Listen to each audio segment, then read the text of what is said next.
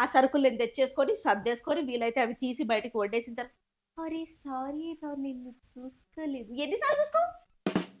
గుడ్డోడివా? ఎన్ని సార్లు చూసుకోవు? అమ్మమ్మమ్మమ్మ! అన్నిటికి అనవైలబులేనా? ఏ బాధ్యత తీసుకోవా? ఏ చుట్టాలింటికి కలిసెళ్ళాలన్నా అనవైలబుల్. నా తరఫున ఫ్రెండ్స్ ఎవరు పిలిచినా unavailable. Busy, tired, not in the mood. మాకు మాత్రం మూడ్‌లుంటాయా? మీ వాళ్ళందరిని భరించి చావడానికి. చస్తున్నావు దేవుడా అని భరించట్లా? నేను 100 సార్లు చేసినప్పుడు నువ్వు ఒక్కసారి చేయాలి గదా! అబ్బే! ట్రై కరిగిపోము. ఆ పెంచిన పొట్టలు కరిగిపోవు. అయ్యో! అస్సలు, అస్సలు అట్లాంటివి మాత్రం చెయ్యను. ఇలా ఏళ్ళు ఏళ్ళు జీవితాలు జీవితాలు గడిపేస్తుంటారు. Unavailable husbands. ఎంత గడ్డి కరిస్తే వాళ్ళకి బుద్ధొస్తదో, ఇంకా ఎంత గడ్డి పెట్టాలో, అరే కుటుంబం మోస్తున్నప్పుడు మనకు కూడా ఒక పావు వంతు బాధ్యత తీసుకుందామని వాళ్ళకి ఎప్పుడు అనిపిస్తదో